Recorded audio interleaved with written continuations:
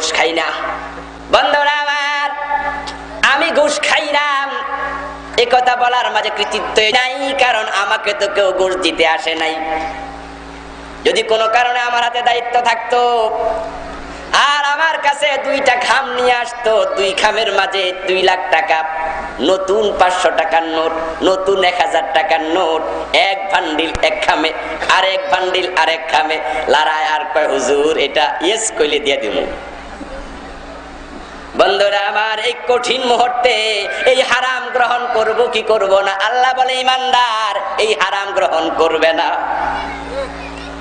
কঠিন পরীক্ষা বন্ধু আমার। এই জাতীয় পরীক্ষায় যখন মোমেন্ট পাস করবে, আল্লাহ এই মোমেন্টকে তার জান্নাত দিয়ে দেবেন। সুবহানাল্লাহ। ডিজি অফিসে ধরেন তো 2 জন অফিসার পাশাপাশি বসে আছেন, বেতন পান 5000 করে। 5000 টাকা দিয়ে ঘর ভাড়া তো হয় না, আর নিজে ভালো করে কিভাবে খাবেন, সন্তান পড়াবেন। কিন্তু আল্লাহ তো বলছে হারাম খাইও না। ঘুষ খাওয়া জায়েজ আছে নাকি হারাম? কোন সন্দেহ আছে? লা তাকুলু আমওয়ালাকুম বাইনাকুম বিল বাতিল, লা তাকুলু আমওয়ালাকুম, তোমরা তোমাদের মাল ভক্ষণ করো না, বাইনাকুম বিল বাতিল, অন্যায় ভাবে। সরকার চাকরি দিয়েছে, 5000 টাকা মাসে বেতন পাইবা। তোমার কাজ হলো কেউ ফাইল আনলে কাগজপত্র দেখে সিগনেচার করে ফাইলটা এই টেবিল থেকে উপরের টেবিলে পাঠাই দিবা, এটাই হলো তোমার কাজ। কিন্তু ফাইল আটকায়া রাইখা এখন টাকা দেন টাকা দেন, এটা বেতন না, এটার নাম হলো ঘুষ। ঠিক না বেঠি? বন্ধু আমার, এখন আপনি চাকরি নিয়ে চিন্তা করলেন ঘুষ খাওয়া তো হারাম, আমি এটা খাবো না। পাশের টেবিলে যিনি একই র্যাঙ্কে চাকরি করেন তার বেতনও 5000, আপনার বেতনও 5000। 5000 টাকা দিয়া ছেলে মেয়ে সংসার চালাইয়া নতুন জামা কাপড় কেনার মতো টাকা নাই, তাই পুরান জামা গায়ে, পুরান স্যান্ডেল পায়ে। কিন্তু পাশের টেবিলে যিনি বসা তিনি 2 হাতে কামায়, প্রতিদিন 10,000, 5,000, মাসে 1.5 লাখ।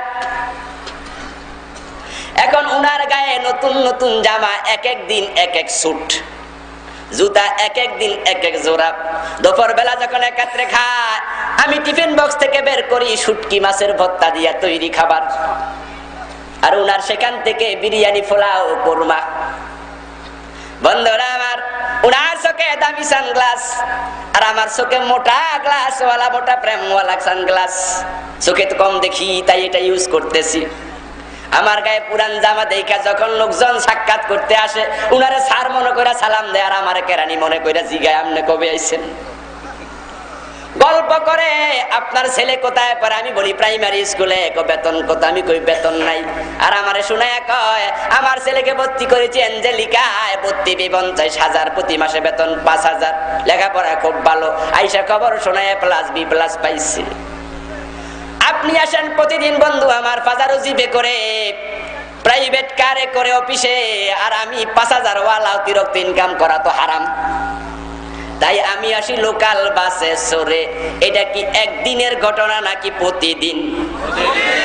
ও বন্ধু আমার, প্রতিদিন যখন শুটকি মাছ আর ওই বেটা প্রতিদিন যখন কোরমা পোলাও খায়, নতুন জামা গায়ে দিয়ে আসে, কতদিন ধৈর্য ধরতে পারবেন? চোখের সামনে এই ঘটনা দেখে কতদিন ধৈর্য ধরবেন? কতদিন সম্ভব? পরীক্ষা সহজ না কঠিন? বলছিলাম শুরুতে কি যাত না বিষে, বুঝি বেশি কিসে, কবু আসে বিষে দংশে নিজারে। সাপের ব্যথা কেমন? যাকে সাপ সবল দেয় নাই সে কিন্তু বোঝার কথা না। এগুলা শুনে শুনে বোঝা যায় না। পরিস্থিতির শিকার হইয়া যেই ভাইটা পাশের টেবিলে বসে সিদ্ধান্ত নিয়েছে না খায়া থাকবো, পুরান জামা কাপড় পরবো, ছেলেকে প্রাইমারিতে পড়াবো, সরকারি স্কুল কলেজে পড়াবো, বেতন যেখানে কম, এরপরেও ঘুষ খাবো না, এমন লোককে আল্লাহ জান্নাত না দিয়া পারে নাকি? তার জন্য দুনিয়া জেলখানা জেলখানা মনে হবে কি না? আর পাশের শেয়ারের জন্য দুনিয়া জেলখানা না বেহেশত? ইয়েস। বন্ধুরা আমার, আলোচনা তো মাত্র শুরু। খেলার কি দেখলেন? সামনে একটু আগান, তাহলে দেখবেন সমাজে মানুষ কিভাবে খেলতেছে। এই দুনিয়ার রঙ্গমঞ্চে আমরা এক একজন অভিনেতা, এক একজন খেলোয়াড়। খেলে যাচ্ছি বন্ধু, তবে মনে রাখবেন যত অভিনয় আপনি করেন পরিচালক পিছনে দাঁড়ায়া সব দেখে। বন্ধুরা আমার, পিছন থেকে পরিচালক, যেটা ক্যামেরায় দেখা যায় না, ক্যামেরায় দেখা যায় শুধুমাত্র স্পিকার, বক্তাকে, অভিনেতাকে। পরিচালক পিছনে দাঁড়ায় দাঁড়ায় বলে এইভাবে করেন, এইভাবে করেন, ভুল হলে কাট, ভুল হলে কাট। যদি দেখা যায় আপনি বারবার ভুল করতেছেন, পিছন দিয়া পরিচালক আস্তে করে ক্যামেরা বন্ধ দিয়া কয় দয়া করে আপনি যান, আপনার মতো অভিনেতা আমার দরকার নাই। এই দুনিয়ার রঙ্গমঞ্চে আল্লাহ আপনাকে পাঠাইছে, বলে দিছে তুমি এইভাবে এইভাবে চলিও। উল্টা পাল্টা করেন, অনেক সতর্ক আল্লাহ করে। জ্বর হয়, সর্দি হয়, কাশি হয়, টর্নেডো হয়, ঘূর্ণিঝড় হয়, সুনামি হয়, খরা হয়, দুর্ভিক্ষ হয়, ভূমিকম্প হয়। প্রতিটাই সিগন্যাল, প্রতিটাই সতর্ক সংকেত। ও আমার বান্দারা, সোজা হয়ে যাও, সোজা হয়ে যাও, সোজা হয়ে যাও। ইন্দোনেশিয়ার বালি দ্বীপে সমুদ্রের তলদেশে সামান্য একটু ধাক্কা লেগেছিল, ওই সুনামি বাংলাদেশের নদীর পানি পর্যন্ত কেঁপেছে, ঠিক না বেঠি? মনে আছে না সুনামির কথা? পুকুরের পানি উপরে উঠে গেছে। কোথায় ইন্দোনেশিয়া, কোথায় বাংলাদেশ? ধাক্কা লেগেছিল মাত্র কয়েক সেকেন্ড। কয়েক সেকেন্ডের ধাক্কায় ইন্দোনেশিয়া হাজার হাজার মানুষ মরে গেল, ভারতে মরে গেল, শ্রীলঙ্কায় মরে গেল। বাংলাদেশের পানিও নদী থেকে, খালবিল থেকে উপরে উঠে গেল। আল্লাহ কয় দেখতো, যদি 5 সেকেন্ডের ধাক্কা এমন হয়, আমি আল্লাহ আরো বড় ধাক্কা দিয়া তোদেরকে দুনিয়া থেকে চিরতরে নির্মূল করতে পারি কিনা। এই জন্য কত বড় বড় অভিনেতাকে আল্লাহ ধাক্কায়া ধাক্কায়া শেষ করে দিয়েছে। ফেরাউন অনেকদিন রঙ্গমঞ্চে অভিনয় করেছে, খেলা করেছে, দুনিয়াতে তামাশা করেছে, খেল করেছে, কিন্তু সময় আসছে শেষ। নমরুদ শেষ, ও বন্ধু আমার, আব্রাহা শেষ। এইভাবে কত জালেমকে আল্লাহ ধাক্কায় ধাক্কায় সরাইয়া দিছেন। সুতরাং ভুলে যাবেন না, সে মহাপরিচালক। আপনি কি করতেছেন তাহা দেখেন নাই, এটা হতে পারে নাকি? আল্লাহু বিগাফিলিন আম্মা তা'মালুন। আল্লাহ কোরআনে বলেন, তোমরা যাহা করছো আল্লাহ তার ব্যাপারে সামান্য বেখবর না। ইন্নাল্লাহা খাবীরুম বিমা ইয়াসনাউন। তারা যাহা করে আল্লাহ সব তার ব্যাপারে চমৎকার ভাবে খবর রাখে। হারাম খাইয়েন না। প্রথম কথা হলো আয়াতের একটু। দ্বিতীয় অংশ, ওয়াশকুরুলিল্লাহ ইন কুনতুম ইয়াহু তা'বুদুন। আল্লাহর শুকরিয়া করো। প্রথম অংশ হলো হালাল খাও, দ্বিতীয় অংশ হলো আল্লাহর শুকরিয়া করো। এই দুইটা হলো এই আয়াতের প্রতিপাদ্য বিষয়। ইন কুনতুম ইয়াহু তা'বুদুন, যদি তোমরা আল্লাহর গোলামি করতে রাজি থাকো তাহলে দুইটা মানিও। আর তুমি যদি মনে করো তুমি কারো গোলাম না, তুমি স্বাধীন, তাহলে দরকার নাই। এখন আপনারা এখানে কে কে আছেন যে একবারে স্বাধীন, খোঁজ নেওয়ার, খবর নেওয়ার কেউ নাই? হাত তোলা দেন তো একটু। একজনও নাই। তাহলে বোঝা গেল আমরা সবাই কারো না কারো গোলাম। এখন একটু চিৎকার দিয়া বলুন তো, আমরা কার গোলাম? আরো জোরে বলুন, কার? ও বন্ধু আমার, এমন একজন মহা অধিপতির গোলাম, যিনি আপনি যেখানে তিনিও সেখানে। নাহনু আকরাবু ইলাইহি মিন হাবলিল ওয়ারিদ। আল্লাহ বলেন, আমি আল্লাহ ব্যক্তির শাহরগের চেয়ে আরো কাছে, আরো কাছে, আরো কাছে। তোমরা যদি আল্লাহর গোলাম হও তাহলে উপরোক্ত দুইটা কাজ করবে। প্রথম কাজ হালাল খাও, হারাম খেও না। দ্বিতীয় কাজ আল্লাহর শুকরিয়া করো। হালাল খাওয়ার পরে আমার দায়িত্ব শেষ এটা মনে করবে না, বরং হালাল খাওয়ার পরে তুমি বলো আলহামদুলিল্লাহ, আমার মতো নগণ্য এই গোলামকে যে আল্লাহ এতগুলা নেয়ামত খাওয়াইলেন, এত চমৎকার নেয়ামত খাওয়াইলেন, সে আল্লাহর জন্য শুকরিয়া। আজকে সকালবেলা কুমিল্লা থেকে মাহফিল করে সকালে পারংবেট এসে নেমে যাচ্ছিলাম মাদ্রাসায় ক্লাস করতে। সামনে ডাব বিক্রি করতেছে এক মুরব্বী। আমি ডাব কিনে খেলাম। ঠিক আমার পিছনে একজন ভদ্রলোক এসে ডাব কিনে খাবেন।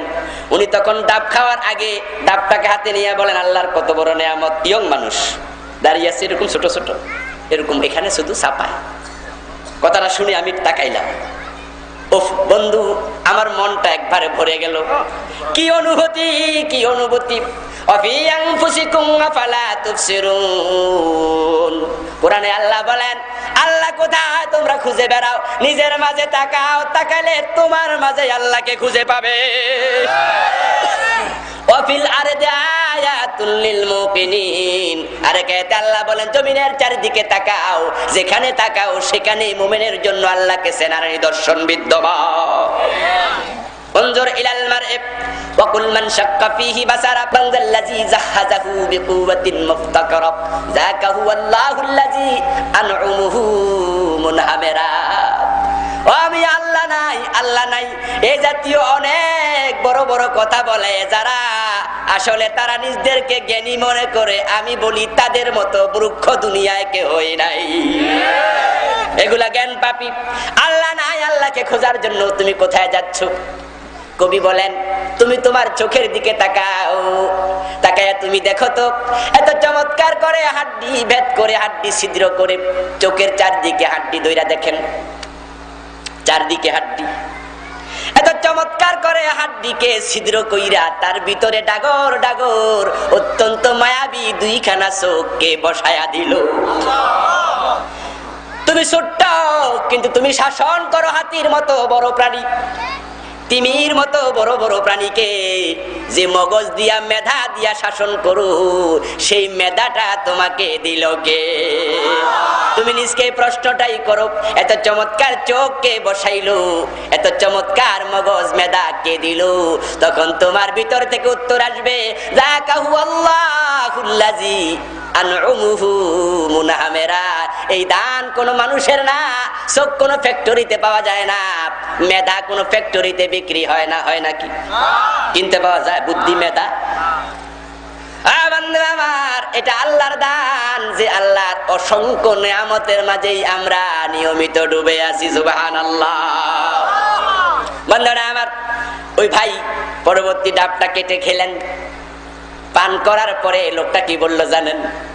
সে বলল, আলহামদুলিল্লাহ, আমার মতো নগণ্য এই গোলামটাকে আল্লাহর কত বড় নিয়ামত আল্লাহ খাওয়াইলো। প্রথম কথা আমি তাকাইলাম, খাওয়ার পরে এই কথা শুই না, তার জন্য আমার দোয়া আসলো মন থেকে। এতক্ষণ পর্যন্ত কিছু ভূমিকা বললাম, এখন আসল আমরা মূল তাফসিরে ফিরে যাই। বন্ধুগণ, ইবাদত আগে না হালাল খাওয়া আগে? খেয়াল করেন, আল্লাহ কয় হালাল খাও, তারপরে শুকরিয়া করো, ইবাদত শুরু করো। সিরিয়াল নাম্বার 1 হলো হালাল। কোরআনে কারীমের আরেক আয়াত আল্লাহ তাআলা বলেন, ইয়া আইয়ুহার রাসূল কুলু মিনাত তাইয়্যিবাতি ওয়া আমালু সালিহা। হে আমার রাসূলেরা, হালাল খান এবং আমল করুন। হালাল খান এবং আমল করুন, দুইটা জিনিস বলছে। 1 নাম্বার হালাল খান, 2 নাম্বারে আমল করুন। হালাল আগে না আমল আগে? হালালের সিরিয়াল এখানেও আগে। বান্দারা আমার, এই হালালের সিরিয়াল সব জায়গায় আগে, কারণটা কি? আল্লাহর হাবিব সাল্লাল্লাহু আলাইহি ওয়াসাল্লাম ব্যাখ্যা দিয়ে বলেছেন, তালাবু কাসবিল হালাল ফারিদাতুম বাদাল ফারিদা। তোমরা যত ফরজ ইবাদত করছো, নামাজ পড়া ফরজ, রোজা রাখা ফরজ, এই জাতীয় কত ফরজ কাজ তো আমরা করি। আল্লাহর হাবিব বলেন, দুনিয়া যত ফরজ আছে, সব ফরজের মাঝে হালাল হলো শ্রেষ্ঠ ফরজ। হালাল জীবিকা অর্জন করা সকল ফরজের শ্রেষ্ঠ ফরজ। হালাল জীবিকা অর্জন ইবাদত কবুলের শর্ত। ও বন্ধু আমার, নামাজ পড়ার জন্য কতিপয় শর্ত আছে। তার মাঝে একটা হলো শরীর পাক, কাপড় পাক, নামাজের জায়গা পাক, আছে না এগুলা? একজন লোক মসজিদে যাবে নামাজ পড়তে, মসজিদের কাছে গেল, গিয়ে দেখে ইমাম সাহেব নামাজ শুরু করে দিছে। যদি ওযু করতে যাই তাহলে তাকবীরে উলা ছুটা যাবে। তাকবীরে উলার মাঝে অনেক ফজিলত আছে, হাদিসে আছে। এখন লোকটা ইমাম সাহেবের সাথে তাকবীরে উলা দিয়ে নামাজ পড়ার জন্য দৌড়ায়া মসজিদে ঢুকলো। চিন্তা করলো, ওযু করলে তাকবীরে উলা পাবো না, জামাতটা পাবো না, সুতরাং আগে তাকবীরে উলার সাথে নামাজটা পড়ে নেই, তারপরে ওযুটা কইরা নেব। কোন অসুবিধা আছে না? নাই। কেন? কারণ ওযু ইবাদত, নামাজও তো ইবাদত, একটা করলেই তো সারে। কিন্তু বুঝলেন বন্ধু, আগেরটা আগে। একজন ভাই বলে দিল আগেরটা আগে, সিরিয়াল ব্রেক করা যাবে না। যেহেতু ওযু হচ্ছে নামাজের জন্য শর্ত, নামাজ বড় চমৎকার, কিন্তু সিরিয়াল উল্টায়া ওযুটা পিছনে নিয়ে গেছেন। যত চমৎকার নামাজি হোক, এই নামাজের এক পয়সা মূল্য নাই। ঠিক না বেঠি? এই জন্য সিরিয়াল ঠিক রাখবেন। আল্লাহ তাআলা সিরিয়াল দিলেন হালাল আগে, তারপরে ইবাদত। এখন বাংলাদেশের মানুষ এই সিরিয়াল নিজের জীবনে পদে পদে ব্রেক করতেছে, উল্টাইতেছে। এজন্যই ঝামেলা হইছে। আল্লাহর হাবিব সাল্লাল্লাহু আলাইহি সাল্লাম বলে গেছেন, ইয়াতি আলান নাসি জামান লা ইয়াবকা মিনাল ইসলাম ইল্লা ইসমুহু ওয়া লা ইয়াবকা মিনাল কুরআন ইল্লা রুসমুহু মাসাজিদুহুম আমারাতু ওয়া হিয়া খারাবুম মিনাল হুদা। 1400 বছর আগ থেকে আল্লাহর হাবিব জানতেন, আল্লাহ তাআলা ওনাকে জানিয়ে দিয়েছেন, তাই তিনি খবর দিয়ে গেলেন এমন একটি জামানা আসবে যে জামানায় সমাজে মুসলমান থাকবে না, শুধুমাত্র নাম কাওয়াজতে কিছু মুসলমান পাওয়া যাবে। কোরআন শরীফ আল্লাহ বলেছেন, ইন্নাস সালাতা তানহা আনিল ফাহশাই ওয়াল মুনকার। বাংলা অর্থ হলো নিশ্চয় নামাজ যাবতীয় অন্যায় থেকে ফিরায়া রাখে। আল্লাহ তাআলার কথা সত্য, আমাদের কারো সন্দেহ নাই, কিন্তু এরপরও আল্লাহ বললেন ইন্না মানে নিশ্চয়। তাহলে এর মাঝে হাকিকত, গুরুত্ব আরো বেড়ে গেল। আল্লাহ বলেন নিশ্চয় নামাজ অন্যায় থেকে ফিরায়, কিন্তু আমরা সমাজের দিকে তাকাইলে দেখি নামাজও পড়ে সুদও খায়, নামাজও পড়ে ঘুষও খায়, নামাজও পড়ে মালে বেজাল মিশায়, নামাজও পড়ে ওজনে কম দেয়, নামাজও পড়ে মসজিদ কমিটির সদস্য, মসজিদের সভাপতি অথবা মসজিদের সেক্রেটারি, এলাকার বিচারক। এত ভালো মানুষটা যখন বিচার করতে যায়, ঘুষ খাইয়া বিচারটা উল্টাইয়া দেয়। আছে না নাই? এজন্য বন্ধুরা আমার, আল্লাহ পাক রব্বুল আলামিন বললেন নামাজ মানুষকে অন্যায় থেকে ফিরায়, কিন্তু লোকটার নামাজ লোকটা অন্যায় থেকে ফিরায় নাই। আল্লাহর কথা তো সত্য, তাহলে এখন বাস্তবতা তো পাওয়া গেল না। সত্য যদি আল্লাহর কথাই হয়, তাহলে বাস্তবে মিলল না। কারণটা কি? কারণটা বন্ধু শুনুন, সেটা হলো ওযু না কইরা যদি নামাজ পড়ে নামাজ হয়তো এটারে কেউ নামাজ কইবেন তো? ঠিক একই ভাবে যেই লোক হারাম খায় আবার ইবাদত করে, ও বন্ধু, 1 নাম্বার সিরিয়াল ছিল হালাল খাও, 2 নাম্বার হলো ইবাদত করো। ওযু না কইরা নামাজ পড়লে নামাজ যেমন কোনো অ্যাকশন রিঅ্যাকশন করতে পারবে না, জীবন পরিবর্তন করবে না, এই নামাজকে কেউ নামাজ বলবেন না। যারা হারাম খায় তাদের ইবাদত ঠিক অনুরূপ ইবাদত না। ব্যাপারটি অত্যন্ত জটিল এবং কঠিন, জীবন ঘনিষ্ঠ, সেনসিটিভ। ও বন্ধুরা আমার, এই জন্য আল্লাহ পাক রব্বুল আলামিন তার রাসূলদেরকে আদেশ করেছেন, হে আমার রাসূলেরা, হালাল খান এবং আমল করুন। কোরআন নাজিল হয়েছে কয়জন রাসূলের উপরে? ভাই জোরে বলেন। আল্লাহ কহে রাসূলেরা, ইয়া আইয়ুহার রাসূল। রাসূল শব্দের বহুবচন হলো রসুল।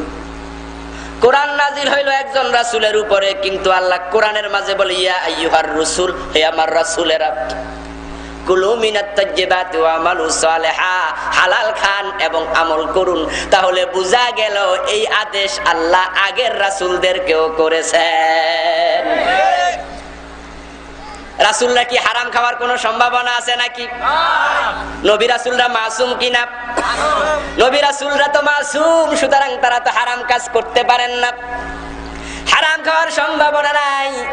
এরপরেও আল্লাহ নবীদেরকে বলে হালাল খান, তারপরে আমল করুন। তাহলে বুঝতে হবে ব্যাপারটি অত্যন্ত জরুরি। ঠিক না বেঠি? বন্ধুগণ, আল্লাহর হাবিব সাল্লাল্লাহু আলাইহি ওয়াসাল্লাম হাদিসের মাঝে একটা চমৎকার উদাহরণ দিয়েছেন, যে ব্যক্তি হারাম খায় এবং ইবাদত করে তার ব্যাপারে। যাকারার রাজুলা ইউতিলুস সাফরা আশআসা ওয়া আগবারা সুম্মা ইয়ামুদ্দু ইয়াদাইহি ইলাস সামা ফায়াকুলু ইয়া রাব্বি মাত'আমুহু হারামুন ওয়া মালবাসুহু হারামুন ওয়া মাশরাবুহু হারাম ফাআন্না ইউস্তাজাবু লিযালিক। একজন ব্যক্তি হারাম খায়, আবার সে ব্যক্তি হজ করার শখ হইছে। হজ করলে সুবিধা কি?